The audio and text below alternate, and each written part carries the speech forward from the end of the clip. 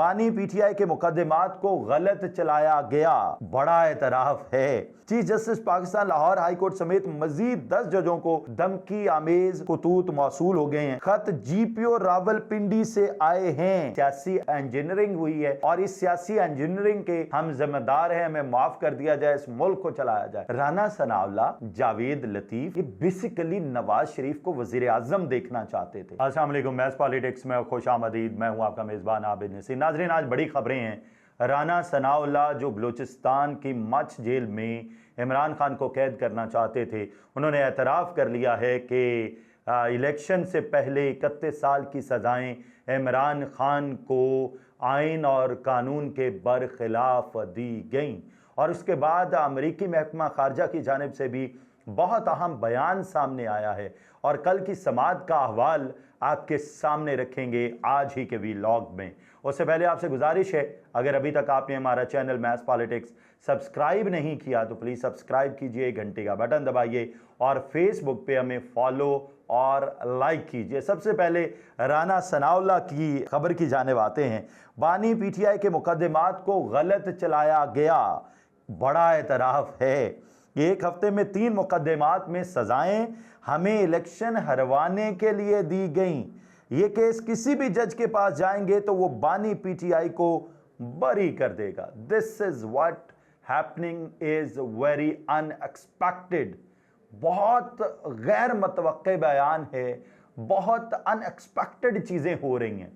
मतलब राना सनाउल्लाह जैसा बंदा ये मान चुका है, वही बंदा जो चंद साल पहले ये कह रहा था अगर इमरान खान मेरे काबू आ गए उनको छोड़ूंगा नहीं, उनको मच जेल में, मैं बलूचिस्तान की मच जेल में रखूंगा और वहां के भी एक बहुत खतरनाक सेल में रखूंगा। आज वही राना सनाउल्लाह ये बात मान चुके हैं कि इलेक्शन से पहले इमरान खान को 3 केसेस में 31 साल की जो सजाएं दी गई वो आइन और कानून के खिलाफ थी और उनके मुताबिक उन्हें इलेक्शन हरवाने के लिए दी गई। अब आपको मैं अंदर की खबर देता हूं। असल में राना सनाउल्लाह, जावेद लतीफ और बाकी जो आपको 1-2 बड़े नजर आते हैं ना, ये बेसिकली नवाज शरीफ को वजीर आजम देखना चाहते थे। जब नवाज शरीफ वजीर आजम नहीं बन सके, जब 2/3 अक्सरियत जिसका वादा किया गया था वो नहीं मिल सकी, अब जावेद लतीफ भी ऐसे ऐसे बयान देते हैं। जावेद लतीफ का बयान है कि जो एस्टैब्लिशमेंट के साथ खड़ा होगा अवाम उसे वोट नहीं देगी। अब मतलब ये मैं जावेद लतीफ के मुंह से ये बातें सुनना भी मेरे लिए खारिज अज इम्कान है, आउट ऑफ द बॉक्स है कि जावेद लतीफ एस्टैब्लिशमेंट के खिलाफ, वो एस्टैब्लिशमेंट जो जावेद लतीफ को जतवाती रही है, जो ख्वाजा आसिफ को जतवाती रही है, जो इनके ऊपर जब जब इनको ज़रूरत हुई दस्ते शफकत रखा, उस एस्टैब्लिशमेंट के मुतालिक ये कह रहे हैं कि हम इसलिए हारे, हमें इसलिए वोट नहीं दिया गया क्योंकि हम एस्टैब्लिशमेंट के साथ जाके खड़े हो गए। अब देखिए, एक शख्स है जो जेल में बैठा हुआ है, उसने आसान खता किए पड़े हैं तमाम लोगों के। उसने राना सनाउल्लाह समेत, जावेद लतीफ समेत, ख्वाजा आसिफ समेत उनको ऐसे कन्फ्यूजन में डाला हुआ है, उन्हें समझ ही नहीं आ रही वो किस तरह से नवाज शरीफ के लिए कोई इंसाफ का पहलू निकाल सकें। उसमें वो इमरान खान के हक में बयान देना शुरू हो गए हैं।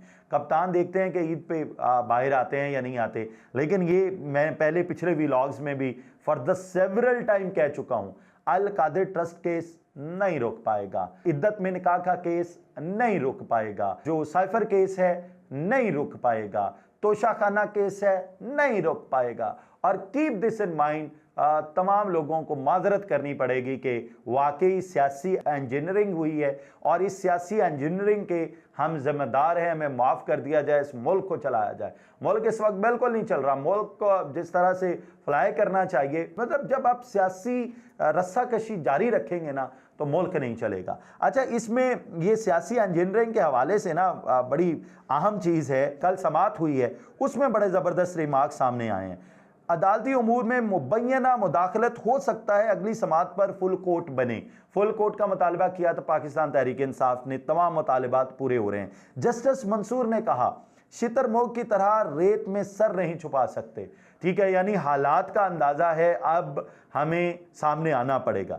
जजेस को खतरा नहीं, तौहीन अदालत का इख्तियार आइन ने दिया है। कमीशन पर अजीब अजीब बातें हुई, तसद्दुक जिलानी ने माजरत कर ली, तहकीकात कौन करेगा, ये बड़ा सवाल है। अब देखिए, पूरा निजाम बनाना होगा, जस्टिस मंसूर ने यह कहा। यह दुरुस्त है कि सियासी इंजीनियरिंग होती रही, ये दुरुस्त है कि सियासी इंजीनियरिंग होती रही, शायद ये अदालत भी मुलव्विस थी।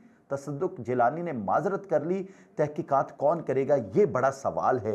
अब देखिए, जस्टिस अतहर ने यह कहा शायद ये अदालत भी मुलव्विस थी। समाअत 29 अप्रैल तक मुलतवी, वही लैतुलाल से काम लिया जा रहा है, वही मतलब एक लंबी, एक तो फुल कोर्ट फौरन बन जाएगा, एक तो जल्दी से फैसला आ जाना है, दूसरा समाअत 29 अप्रैल तक मुलतवी।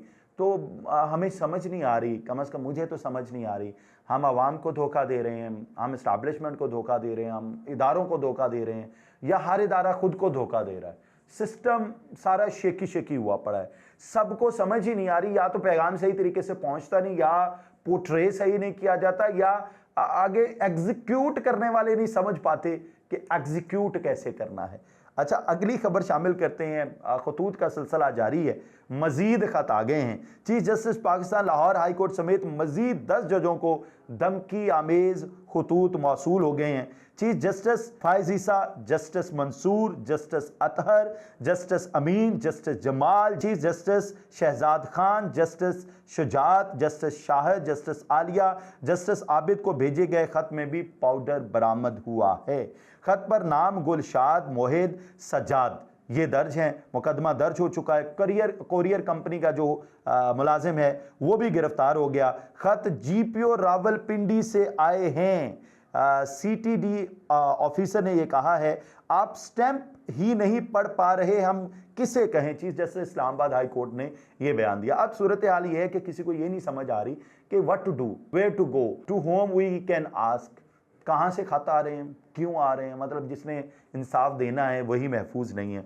अमेरिका चलते हैं जी। अमेरिकी महकमा खारजा के तर्जमान मैथ्यू मिलर ने कहा है कि कई बार वाजे किया है, पाकिस्तान में सबसे आइन के मुताबिक सलूक चाहते हैं, हो रहा है सबसे आइन के मुताबिक। पाकिस्तान के साथ सिक्योरिटी पार्टनरशिप तरजीह है, इस पर काम जारी रखेंगे। दुनिया में हर जगह आइन की हुक्मरानी और इंसानी हकूक का तहफ़्फ़ुज़ चाहते हैं। मैथ्यू मिलर ने कहा, भारत से सिख रहनुमा के कत्ल की मुकम्मल तहकीकात चाहते हैं। एक सवाल के जवाब में कहा है, शराकतदारों से कहते हैं इमदाद नहीं पहुंचाएं, जिनको ज़रूरत है, हमें इमदादी प्रोग्राम नाफिज करने वाली तंजीमों से रिपोर्टिंग की ज़रूरत है। इमदादी फराहमी के बारे में तशवीश हो तो हमारे मनसूबे मौजूद हैं, कोशिश करते हैं अमरीकी इमदाद का बिल वास्ता फ़ायदा हो, डायरेक्टली सबको फ़ायदा होना चाहिए। अब कितनी आइन और कानून की हुक्मरानी है, इराक में क्या हुआ, फ़लस्तीन में क्या हो रहा है, ये सब लोग जानते हैं। तो मेरी दुआ है नेशनल और इंटरनेशनल ताकतों से ये वक्त गुजर जाना है। अगर आज आपने इस जुल्म की दास्तान को ना रोका, दुनिया तीसरी आलमी जंग की जानिब जा सकती है और फिर उस वक्त बहुत देर हो चुकी होगी। दुआ है अल्लाह ताला आपको और आपके अहले खाना को अपने हिफ्ज़-ओ-अमान में रखे। इजाज़त दीजिए, अल्लाह हाफ़िज़।